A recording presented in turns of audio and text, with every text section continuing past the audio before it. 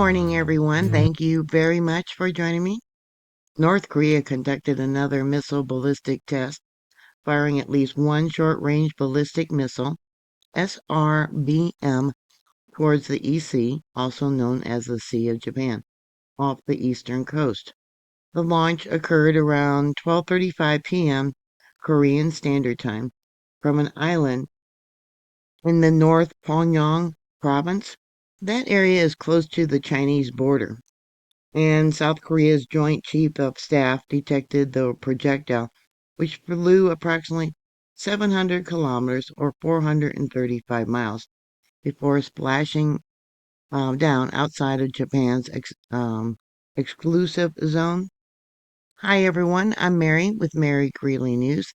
Please subscribe for latest updates on groundbreaking information that, does have an impact on our lives. Those of you that have not watched the new movie on Netflix, The House of Dynamite, should watch them. Spoiler alert, there was two missile tests in the movie from North Korea.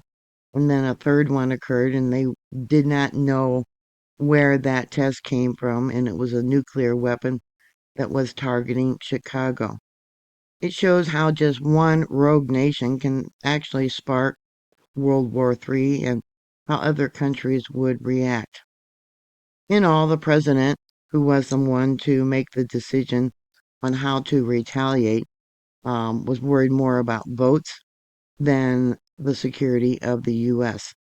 or even starting World War III. They weren't sure who fired the missile, but yeah, he was more worried about both. Everyone should watch that movie, and once again, it's called The House of Dynamite. It just shows you how stupid nuclear war is and how close we are to the annihilation of all life here on Earth.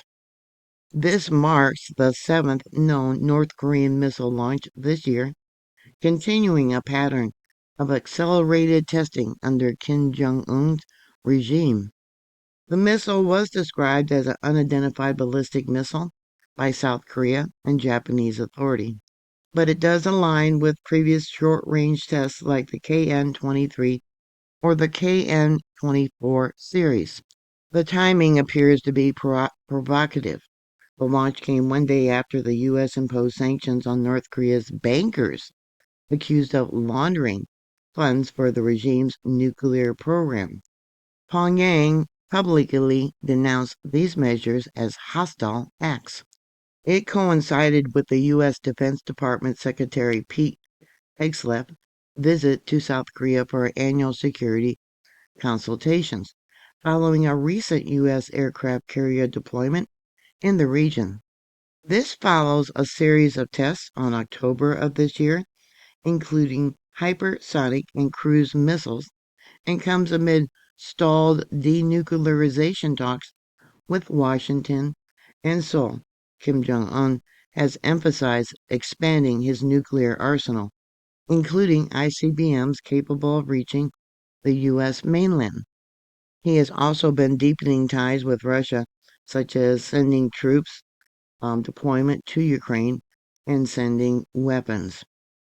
North Korea views these tests as essential for deterrence, but they violate multiple UN Security Council resolutions prohibiting ballistic missile development.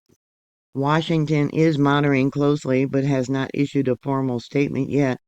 It aligns with the ongoing efforts to enforce sanctions. North Korea's ongoing weapon modernization, potentially testing solid fuel technology for quicker launches. It also heightens tensions on the Korean Peninsula, where South Korea is advancing its own defenses, including a U.S.-backed nuclear submarine project. Analysts warn of a deepening arms race, but no immediate military response is expected. South Korea's long-standing ambition to develop nuclear-powered submarines has gained significant momentum following U.S. approval in late October. This project, often dubbed as Korea's AUKUS, AUKUS by analysis, aimed to enhance Seoul's naval capabilities for extended underwater operations, surveillance of North Korea and Chinese activity in the Pacific, and support for the U.S. force in the region. The project marks a shift from South Korea's current fleet of diesel-electric submarines to nuclear-powered vessels that can operate for months without surfacing, offering superior stealth and endurance. However, this too has sparked debates over non-proliferation risks, regional arms race, and construction logistics. U.S. President Donald Trump wrote on social media last week that he had given approval for Seoul to build a nuclear-powered submarine and that it would be built in the Philadelphia shipyard. However, Prime Minister Kim Min-suk said Thursday during a parliamentary hearing that the South Korean-owned Philly shipyard in the United States does not currently have the capability to build a nuclear-powered submarine. The South Korean defense minister told a parliamentary hearing on Wednesday that it was rational to build the submarine in South Korea, given the country's level of expertise on shipbuilding, but that issue had not been discussed by the two countries.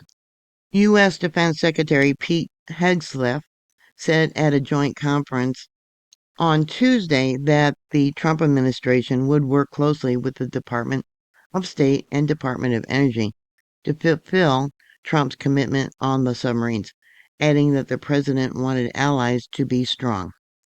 So have you had a chance to watch that movie on Netflix, House of Dynamite?